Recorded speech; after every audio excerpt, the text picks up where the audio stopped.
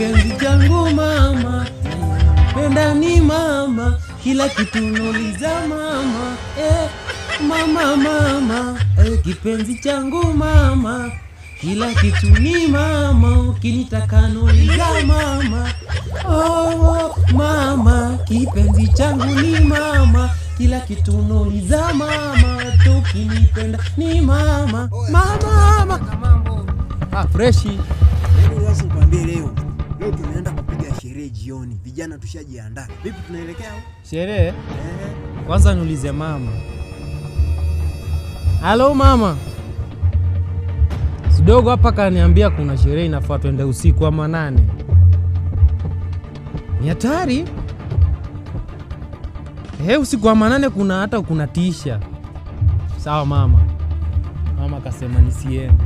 Kuna hatari huko. Mama. Vipi? Ile smoke ibu. Mbona tusichukue leo tuwekelee kwenye mradi yetu hiyo?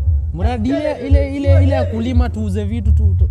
Hivi zile manyanyanya zile manyanya hizo. Hiyo kwenye kidogo nilisema.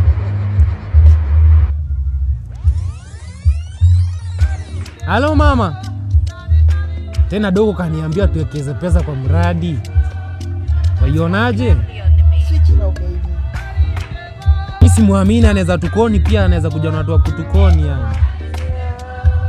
Mama kakataa. Sema yezi.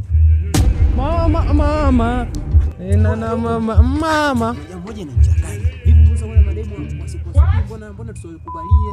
Wale mademu wa TikTok wenyewe walikuwa wamebeba yani. Wale sasa kumbe unawafahamu.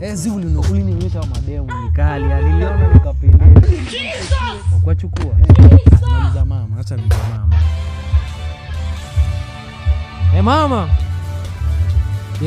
Dogo kanionyesha warembo wazuri wako na makeup wala wa TikTok yani.